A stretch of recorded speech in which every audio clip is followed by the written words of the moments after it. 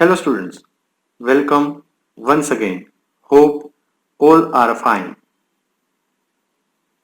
Today we will discuss about type of retaining wall, a little bit an overview of our previous lecture, parameters on which lateral pressure is dependent, various forces acting on retaining wall, proportioning of cantilever retaining wall, various stability check in retaining wall.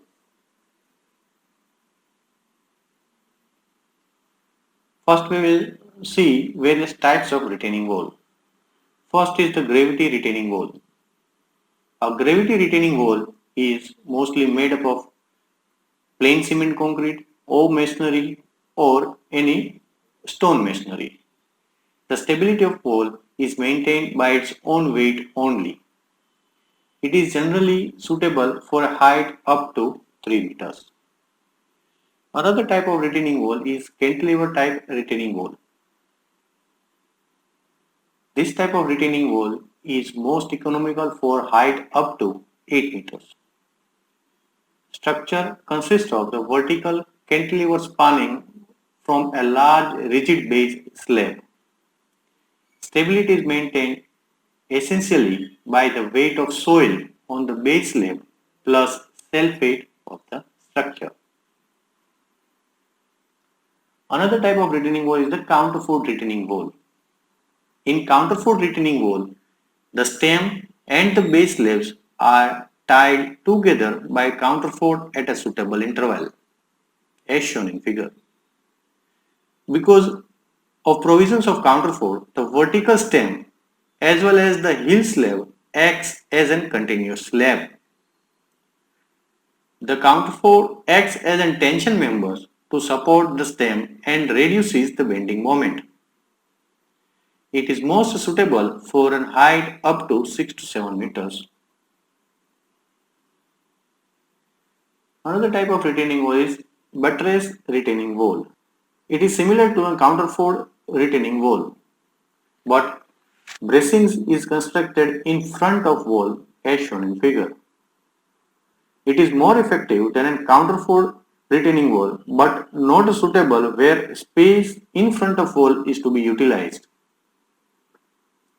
Counterfort acts as a compression member to support the vertical wall and reduces the bending moment. It also provides support to the toe slab and reduces its bending moment. Another type of retaining wall is bridge embankments. A wall type bridge embankments is similar to a cantilever retaining wall, but here top of stem of retaining wall is braced by a deck slab bridge. Hence, the stem can be designed as a fixed base and a simply supported top. Another type of retaining wall is a box culvert type retaining wall. A box culvert acts as a closed rigid frame. It consists of either single or multiple cell. A box culvert, in addition to the lateral force, also resists the vertical load from soil above it and also a vehicular load. Now, let's have a little bit revision of our previous lecture. Consider the sloping terrain as shown in the slide. Here, the slope is natural and stable. If I cut the slope as shown in the slide, the soil above the cut portion will have a tendency to slide down. So, if we are planning to construct a road on this cut portion, the soil will slide on this road, which is an undesirable situation. So, by any means, we need to protect this soil by sliding down. So now I think you have developed enough logic that this soil stability can be achieved by providing some sort of retaining structure. In short, by all means, we are supposed to support the lateral earth pressure of the soil. Now let's talk about the parameter on which the lateral earth pressure is dependent on. Lateral earth pressure is a function of type and amount of wall movement. As discussed in our previous lecture in slide number 13, rotation in wall is required to generate an active condition. More is the rotation, less will be the lateral earth pressure. Shear strength parameter of soil. Shear strength parameter of soil means the cohesion and the angle of internal friction or angle of repose. Unit weight of soil. More is the density of the soil, more will be the lateral earth pressure. Drainage condition of the soil. Undrained soil will always generate a high lateral pressure than a well-drained soil. Water table level. Water generates more than 2 times the lateral hydrostatic pressure than a dry granular material. The cantilever retaining wall resists the horizontal earth pressure as well as other vertical pressures by the way of bending of various components acting as cantilever. Now let's understand the forces acting on retaining wall. First is the horizontal earth pressure due to the soil.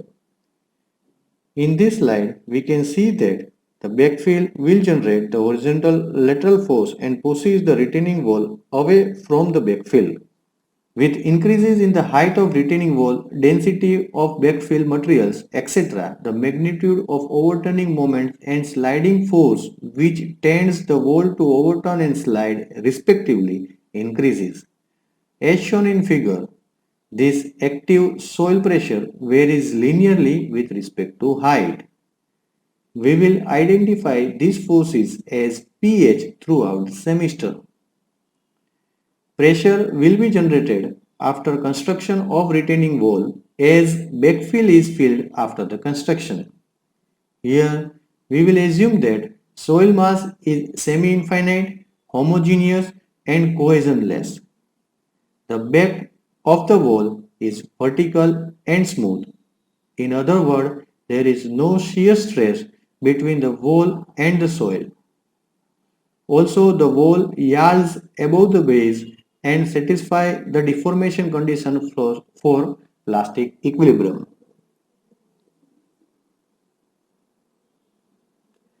Second is the weight of backfill which acts in a vertical downward direction. By using the fundamentals of mechanics of solid, by taking moment of weight of backfill above P1 point A, it is very much clear that the force will work against overturning and hence helps in stabilizing the retaining wall against overturning failure. We will identify this force as W1 throughout the semester.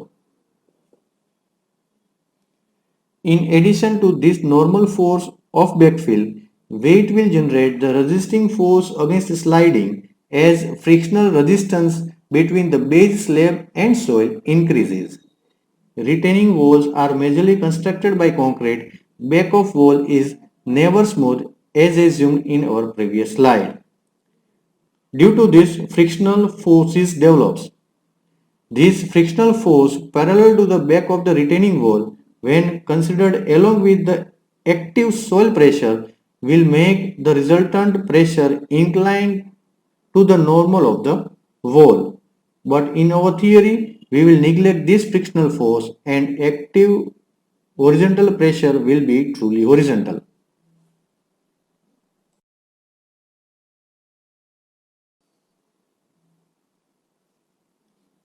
Next force type is self-weight of retaining wall.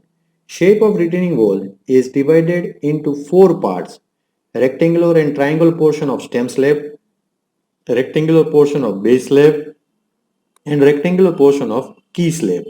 Here we will denote W2 as self-weight of rectangular portion of stem slab, W3 as self-weight of triangular portion of stem slab, W4 as self-weight of rectangular portion of base slab, and W5 as self-weight of a rectangular portion of key slab. By taking moments of these weight about A, it is very much clear that force will work against overturning and hence help in stabilizing the retaining wall against overturning failure. In addition to this, these weight will generate a resisting force against sliding as frictional resistance between base slab and soil. Next is the active pressure of surcharge load which is acting in an horizontal direction and likewise that of backfill. Here the active pressure tends the wall to move away from the backfill and hence increases the overturning moment magnitude. It also tends the wall to slide. We will denote this force as PSH. Fifth type of load is the weight of surcharge which is acting in a vertical downward direction towards gravity. We will denote this force as W6. If we take moment of this force about A, it is very much clear that this force will act towards the stabilization of cantilever retaining wall.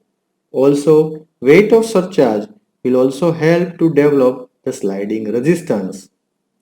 Backfill along with surcharge can be considered for various cases as dry or moist backfill with no surcharge, submerged backfill, backfill with uniform surcharge, it may be dry or submerged, backfill with sloping surface, here also it may be dry or submerged case.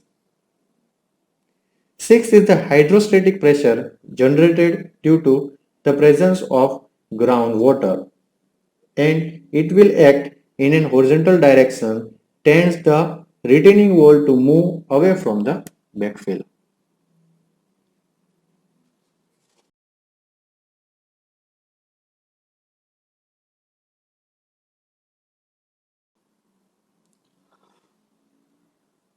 Seventh is the frictional force between base slab and soil and is directly proportional to the total weight which includes the weight of backfill, surcharge and retaining wall self weight and frictional coefficient between base slab and soil.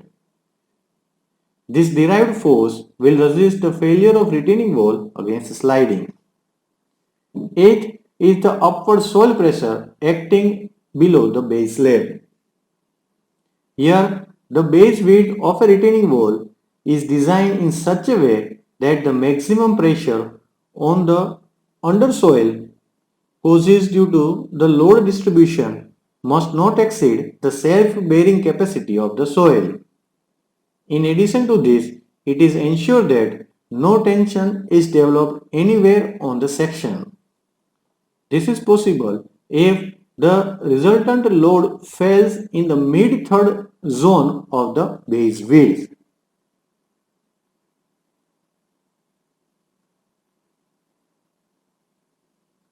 And last is the passive pressure generated due to the soil in front of retaining wall. Passive pressure will resist the sliding and works towards the stability of a retaining wall against overturning. The passive earth pressure will be of higher magnitude when exerted on the wall will have a tendency to move towards the backfill. Such an extreme condition may occur when the retaining wall supports an arc and is subjected to an arc thrust moving it towards the backfill.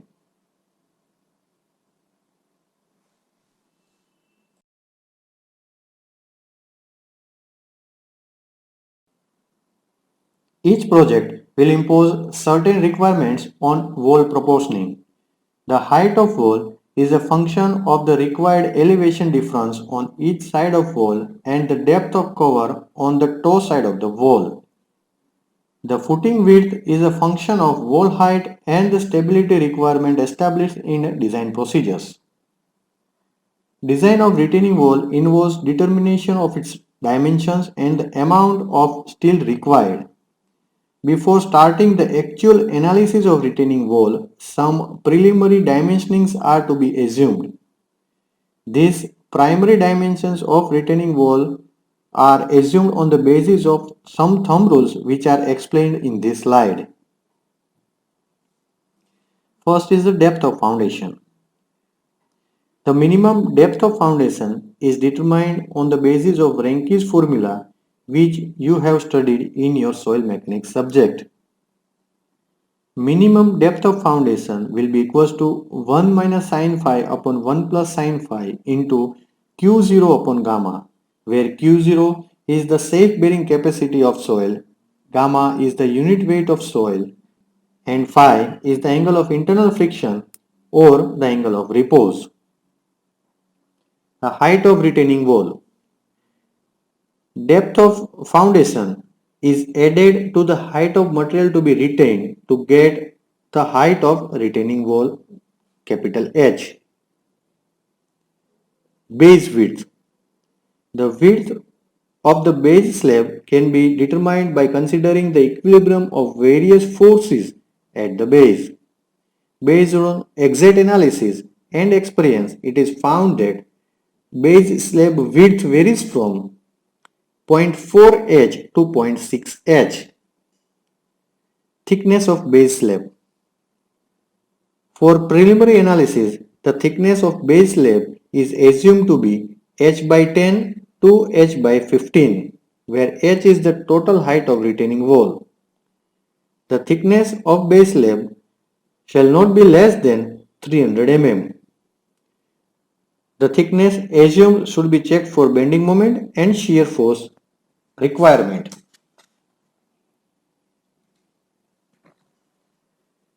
Thickness of stem. The thickness of a vertical stem or wall is governed by the bending moment criteria. As the stem behaves like a cantilever slab subjected to a lateral pressure which is increasing with the depth, it is economical to have a trapezoidal or tapered section for the stem with a minimum thickness of 150 mm at top. The thickness at the base of the stem shall not be less than 300 mm.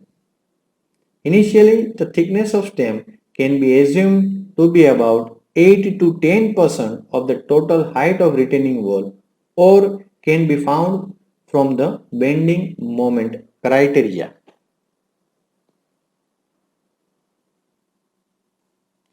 The primary dimensions of various components of cantilever retaining wall are used for checking the various stability criteria like overturning, sliding, safe bearing pressure on the soil.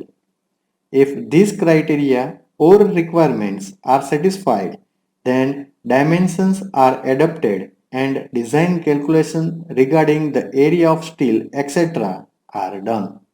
Otherwise, the dimensions are revised.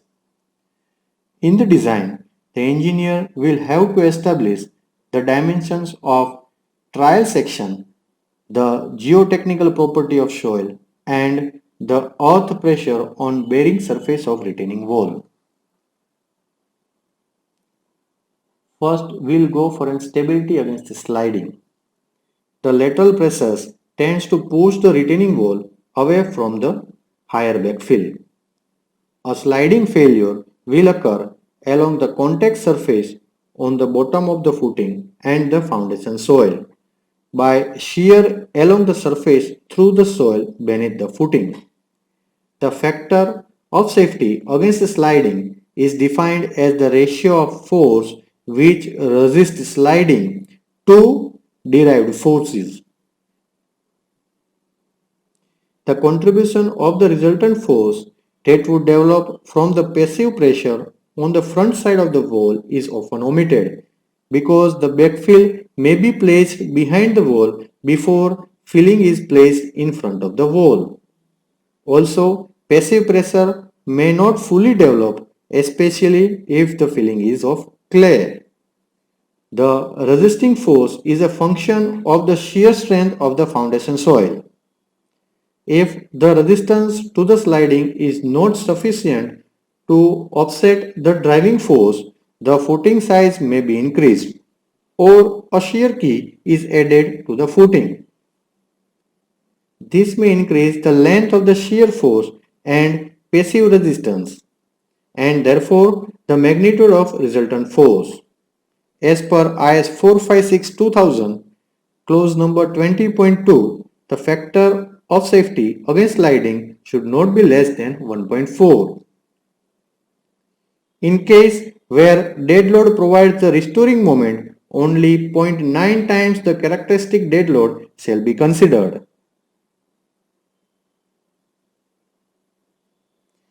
These are some of the pictures showing the sliding failure.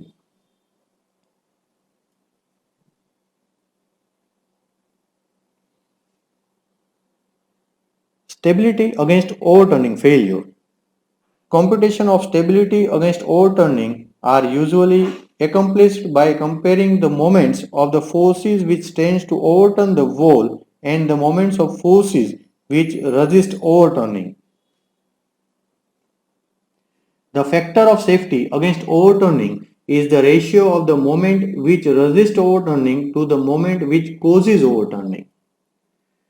A considerable range in values for the factor of safety will result depending on the interpretation of the effects of each moment. There is no generalized acceptable procedure for computing the factor of safety. An alternate method of evaluating is to consider that a wall is safe against overturning if the resultant pressure on the foundation passes through the mid-third of the footing if it is founded on soil or mid-fourth on the footing if it is founded on the rock. The size of footing may need adjustment to ensure stability against overturning. As per IS 456-2000, clause number 20.1, the factor of safety against overturning shall not be less than 1.4. In case where dead load provides the restoring moment, only 0.9 times the characteristic dead load shall be considered.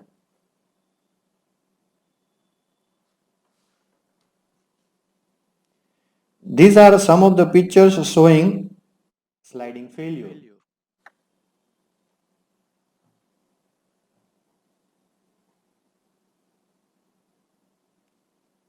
Maximum pressure at base and no tension at base. The footing should be sized to ensure that the maximum contact pressure does not exceed the bearing capacity of the soil.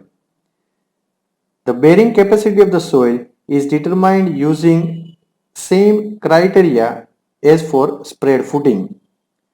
A settlement analysis is required if applied pressure exceeds the pre-consolidated pressure of the foundation soil.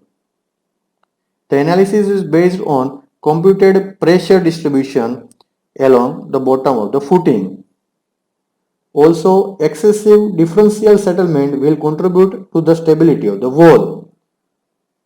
Walls that are founded on soft soil may settle down towards the backfill and significant increase in the earth pressure on the back face of the wall is observed. If these settlement problems cannot be overcome by adjusting the size of footing, pile supports may be necessary. To determine the required size of base, bearing pressure underneath is assessed on the basis of ultimate limit state. That is, Pmax is equals to summation of all weight divided by base width into 1 plus 6 times the eccentricity divided by base width. This is a maximum pressure at top and minimum pressure at heel,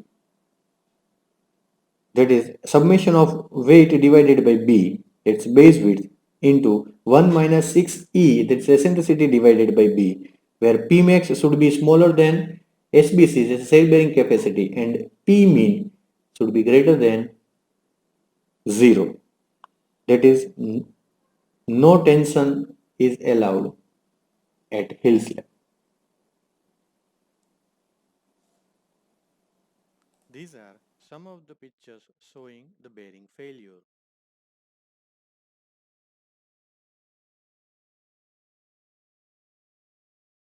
With With this, we conclude our lecture. In next lecture, we will go for some practical examples. Thank you.